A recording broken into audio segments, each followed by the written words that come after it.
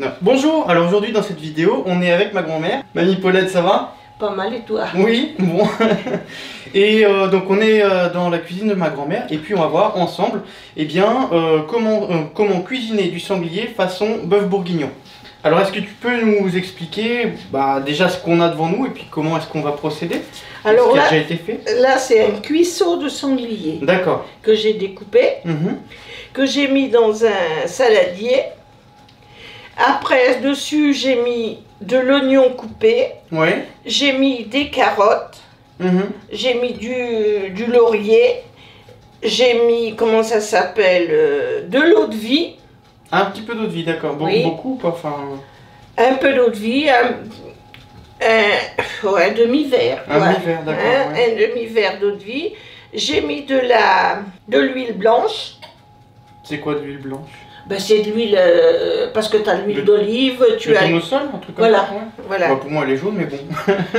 Pour moi c'est de l'huile blanche. Ok. Et bon, c'est pas de l'huile d'olive, c'est pas de l'huile de tout ça.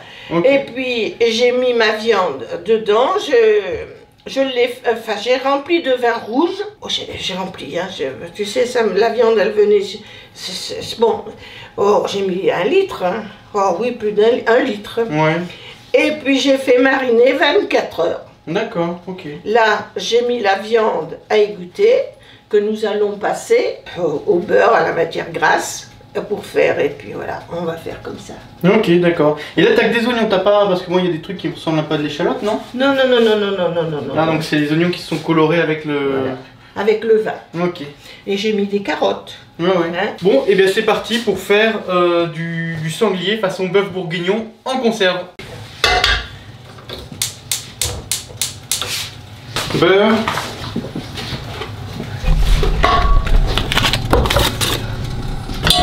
Ah oui, donc là on a facile 100 g de beurre là. Je vais faire du poisson brouilli. Qui c'est qui m'a appelé là? Ah, c'est mon beau-frère.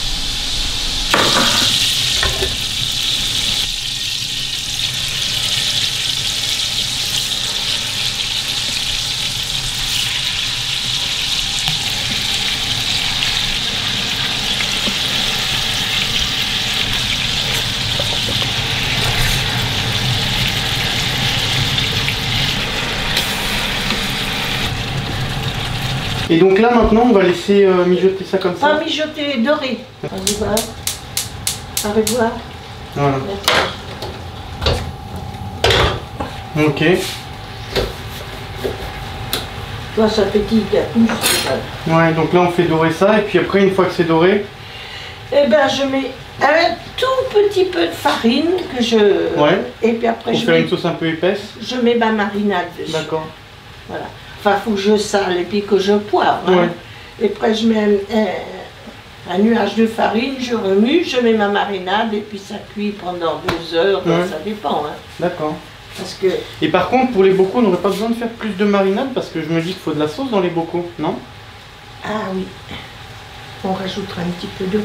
Ouais. Ou un peu de vin, moi je m'en fous, j'ai du vin. Ouais. Ça ne me dérange pas de mettre du vin. Hein. Une farine.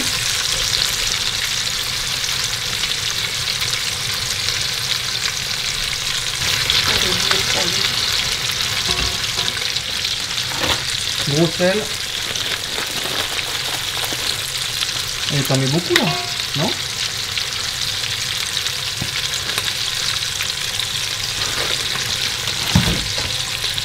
Poivre.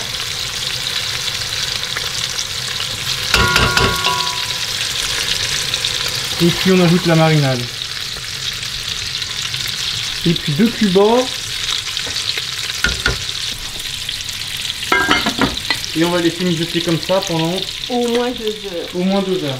Mais t'as pas mis de persil dans la marinade? Si, j'ai mis du persil, du thym, du laurier. Ah ouais? Avant, tu sais, tuer des gros sangliers. Maintenant, tu sais, ils en tuent à 50, 60 kilos, peut-être même moins. Je sais qu'avant, c'était toujours plus de 100 kilos. Alors, pour arriver à 100 kilos, ils étaient beaucoup plus âgés. Maintenant, tiens, je ne sais pas si je te l'ai dit, mais à ta maman, j'ai donné du sanglier l'autre jour. en steak. J'ai dit, je te défends de savoir que c'est du sanglier. Elle avait emporté ça, tu sais, Elle m'a dit ce que tu dis, c'est vrai, puis c'est pas rouge comme dans le temps, c'est pas... Ouais. Enfin, ça vient plus vite. Hein. C'est vrai que pour faire la marinade, hein, je prends du bon vin, du vin assez fort. Ouais. J'ai mis du vin en cubi, autrement j'aurais mis mes 2 restants de bouteille. C'est du, enfin, que pour le lapin, je prends un vin blanc tout à fait ordinaire. Hein. Et, je sais pas. Non, bah ça a déjà une belle couleur. Ah bon, ça te plaît, ça te convient. Ça sent bon, ça a une belle couleur, c'est très bien. Ça te convient, c'est parfait. Oh, que je suis contente. Oh oui, je crois. C'est pas assez cuit. C'est pas assez cuit? Donc là tu coupes un bout puis tu coupes directement pour voir si c'est... Choufle. Tu veux goûter? Allons toi. Moi? Moi je le laisserai encore un peu. Ah ouais, pour remettre voir. Hein? Ouais, du coup on a la sauce qui a vachement réduit, donc on va rajouter du vin. Et comme on va avoir le temps de faire recuire un peu, ça va reprendre. D'accord. Hein?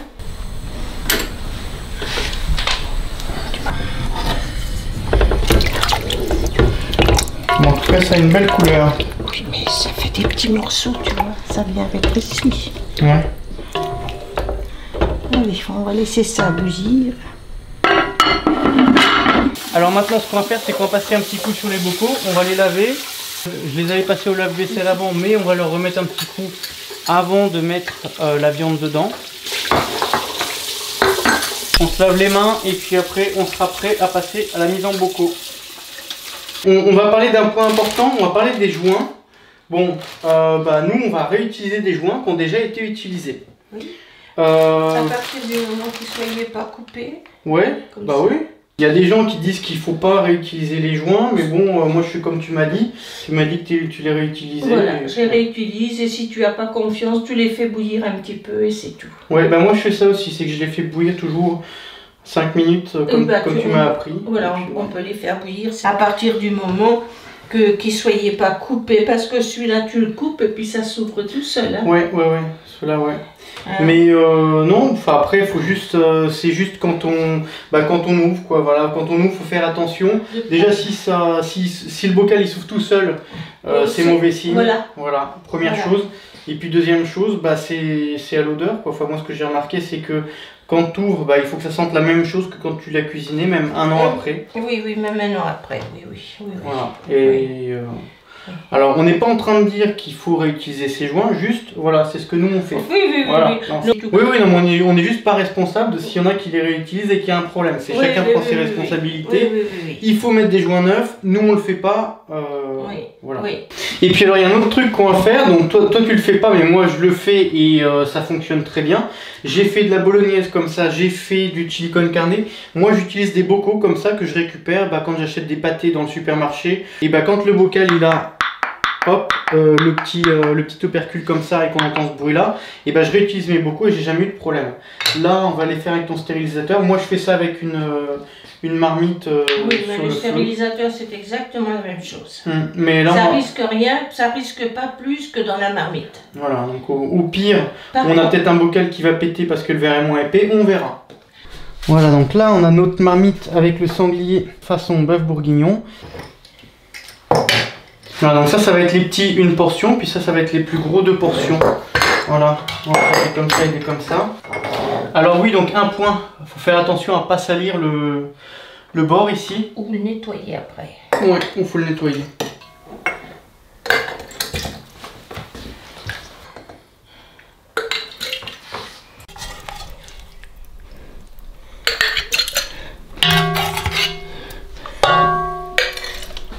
Voilà, donc là on a réparti les morceaux pour avoir la quantité voulue dans chaque bocal et maintenant on va répartir la sauce que ce soit à peu près équitable dans chaque bocal également. Là.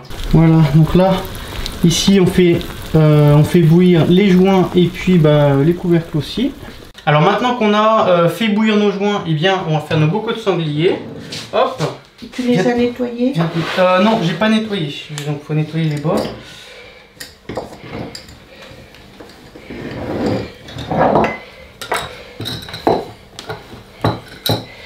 là, alors moi tu vois ceux-là avec les bocaux à vis comme ça, et ben juste je les visse, je serre pas trop, parce que si je serre trop j'abîme le, enfin je déforme le couvercle, et en fait bah, ça va se stériliser comme les autres.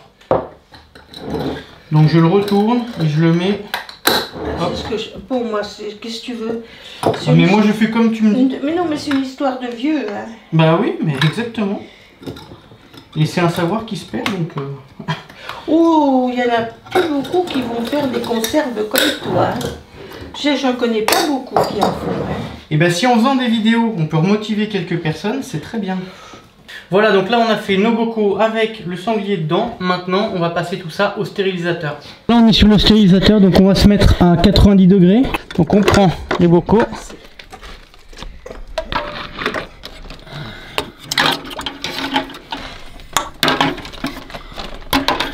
Un 6e et un 7e au deuxième.